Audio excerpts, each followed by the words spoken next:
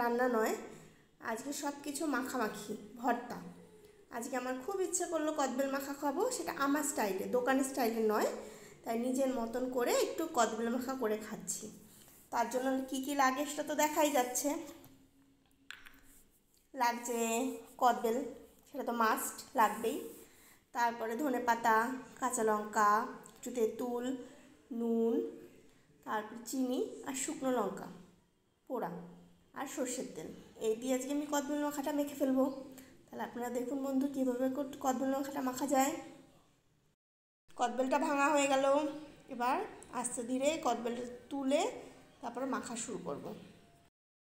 কদবেলটা ভালো করে তুলে নিলাম, এবার এর মধ্যে আস্তে আস্তে সব কিছু দিয়ে দেবো। প্রথমে নুন, কাঁচা লঙ্কা, শুকনো লঙ্কা, যে যেমন ঝাল পছন্দ করবে সেরকম,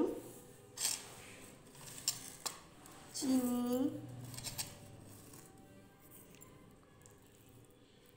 তেঁতুল, ধনেপাতা কুচি।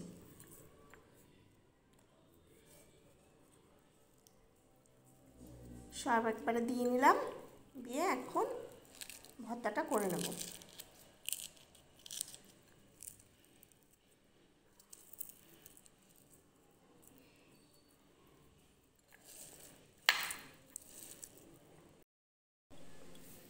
ভর্তাটা হয়ে গেছে, এবার এর মধ্যে একটু সর্ষের তেল দিয়ে দেবো।